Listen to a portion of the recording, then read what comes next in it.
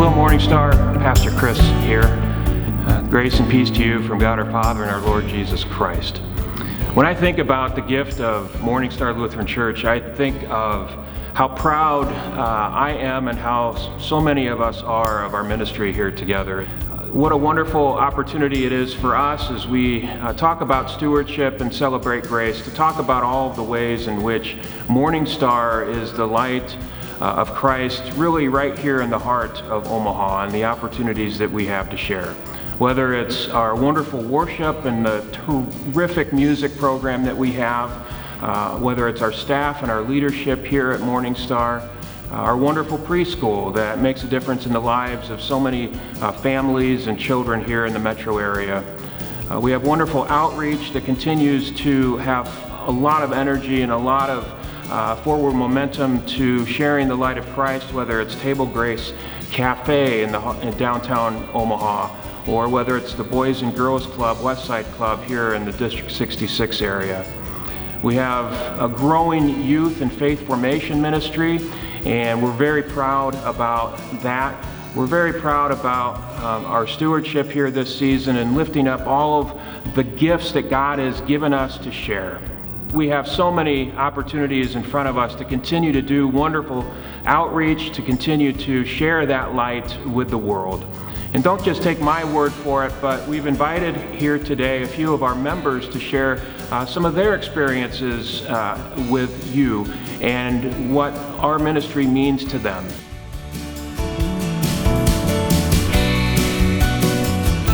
We came here the first time almost 7 years ago, and what really drew me in at a time when we were looking for a change in our congregation was the beauty of the sanctuary. That was one thing that caught my attention. To see the light streaming in through the stained glass windows, and the window that's here behind us, Christ's ministry that is represented here in this place, just when you sit here in silence, is holy. And I think over the years, as Table Grace Ministries has continued to grow, and the music ministry along with that has continued to grow, what brings us back over and over again, and I even asked the girls just this afternoon, and they said, we know the people there, and it's like home. And so that's what keeps us coming back, is that it is a bit like home. We go a lot of places and see a lot of different people, but to see the same people when we return here has a level of comfort that keeps us grounded, Yeah, I think one of the reasons we worship at Morning Star is there's something here for our whole family. It's an opportunity for us to use our gifts and talents. Our whole family can use our gifts and talents here, and it's good to have a home church. And after several years here, it definitely feels like Morning Star's our home church and where we belong. I think it is so important to invest in the youth, in the young people. I grew up going to youth group. My mom worked in the church, so it was a very integral part of my community and what shaped me, and kept going even when I left home. So that's what I want to be doing here, and I'm so glad that the church has invested in this, not just for my own job, but for creating a community for young people to feel a part of the church, to understand why they're here and what they're getting out of it, so that they keep coming back. So it is that community. God's work in the world is creating community and sharing that love. They've been here for me. Prayers, visits, cards, phone calls.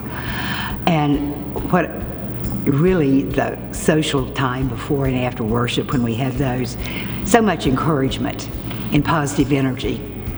And I know that people care. And I hope they know I care about them. I believe that faith helps you feel like this can work. I can do this. I can support this. I can figure it out. I've been so impressed by Morning Star's response to the pandemic, and it's really just enhanced my faith even further. At the beginning of it, the council and our pastor made the decision to keep our members safe and shelter in place at home, and at the same time continue to serve and have our mission live on through our online services. And so we've now had the opportunity to touch people outside of Omaha In addition to that, they had made the decision for the safety of the children and the staff at the preschool to close the preschool at that time. We've had some of our members reach out to those in isolation. It's just really, I think, strengthened our community and actually made us stronger. I would just add that the process was very thorough. The task force thought about everything and all possibilities to keep everyone safe, both staff and church members. Morning Star has a very active outreach program, and that has continued through the pandemic. That has not stopped. We have Food for Friends, which is our annual program that we do with the Boys and Girls Club. That will continue. We've continued to do Trunk or Treat with the Boys and Girls Club as well. We sponsor a refugee family, and we just continue to be active during the pandemic. The outreach programs have not changed.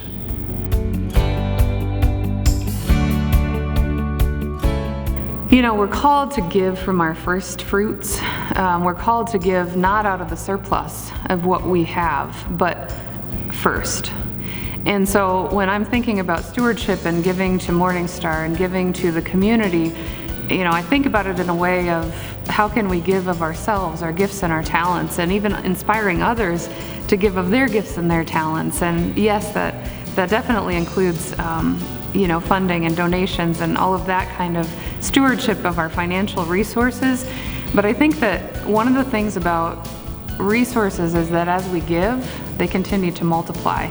And if there's one thing I've learned about through the process of starting and continuing to sustain Table Grace Ministries, it is that when we step out in faith, where God is doing something, God meets us abundantly, greater than we could ever imagine. Yeah, I think the reason that we're here and giving is it's a really giving community. And so when I think of giving, it's in this relationship with Morning Star, it's really is a give relationship. We're in relationship with Morning Star through Table Grace, but we're also in relationship with our family. And we see a lot of generosity here. And on the one hand, I think it's easy to be in a giving spirit when you're in this kind of a community because everyone seems very generous, and that's inspiring. It inspires us to be generous ourselves. Like Simone said, it's not just money, but it's also our time and our talent. It's cool to see how, in a stewardship sense, how grace really manifests itself in stewardship here. One of the things with Table Grace that we talk about is how you can't really earn grace. Grace isn't something you can earn. You can only receive it as a gift, but still we're called to give. We're still called to share our gifts and talents. But I feel like Morning Star is an environment where those gifts are returned tenfold, and I feel like that's really being in the grace of God. So I think sharing resources with Morning Star it's all about investing in what you believe in, investing of your money if that's what you've got, but also, you know, I work here, I invest a lot of time, and I'm glad to do that, and I see that as, you know, stewardship, and that you do what you believe in. And so, you know, that's why I've chosen this sort of nonprofit career path that may not be high profit levels for me personally, but profit isn't just money. It comes in lots of ways. So I think this is super rewarding, and ministry, you know, isn't always easy, but it's very rewarding. And so that's the investment that I get of my time and money into Morning Star. In my personal opinion, the efforts that I have participated in here at the church, I've always felt good about. I don't mean that I've always accomplished everything I wanted, but it seemed like the overall mission of the church was going forward, and I was happy about the small percentage of it that I could contribute, and it gives me a sense of balance. Well, it's a blessing, and I think the motivation comes from my heart. You cannot outdo God or outgive God.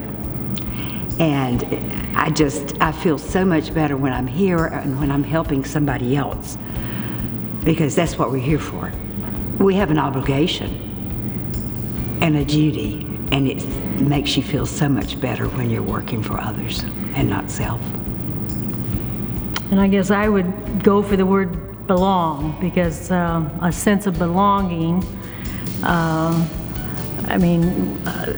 and Jim, I know, have always belonged, like, to professional organizations, and part of it is a sense of responsibility.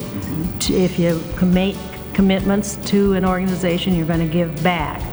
And I think in the case of the church, you kind of get back a lot more than you give in many ways. Belonging to the church is like your family. I mean, they're like family, so you help each other, and I guess that's the way I feel about them. What I get out of here, knowing I could call Gloria if I needed something, and I know and we don't even know each other that well, but we've worked a lot together.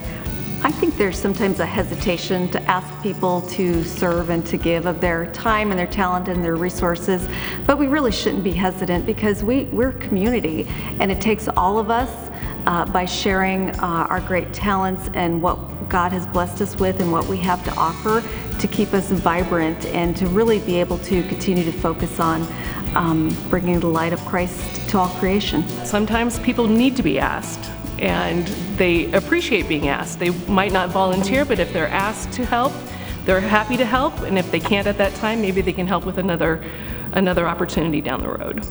Even though I was raised Catholic, I fit the stereotype very well of the bashful Lutheran, and I just feel,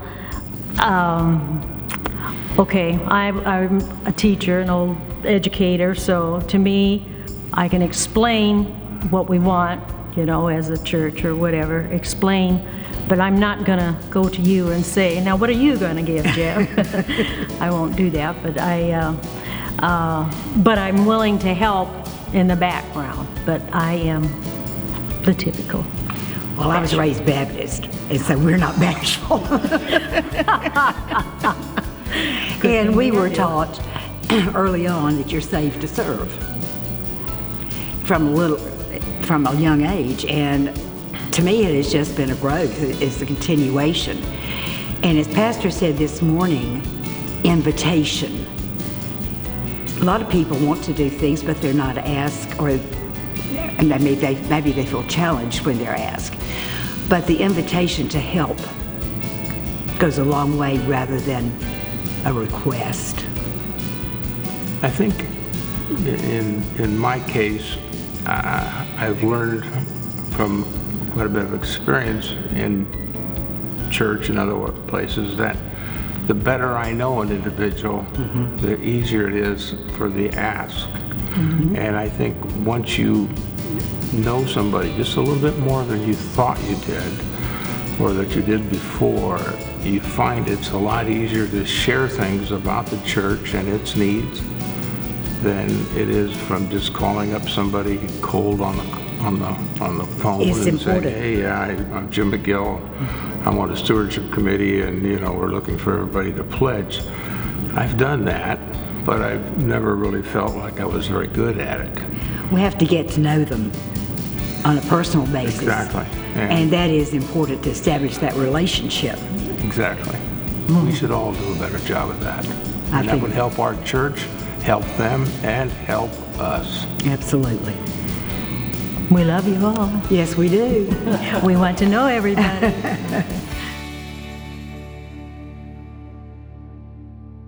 Yeah, you're done. We're done. Okay. Thanks so much. Thank you. Hey, can we do a redo? I think we're just... Jim McGill. Yeah. So Greta, how well do you know Pastor Chris? Cake or pie? I have no idea. Stones or Beatles? Probably the Stones. Huskers or Aggies? Oh, that was a dumb question. Huskers. But gig 'em. So Jackie or Laura, say this 2 times fast. Susie Syx sells 7 seashells by the seashore. You first. Susie Syx sells 7 seashells by the seashore.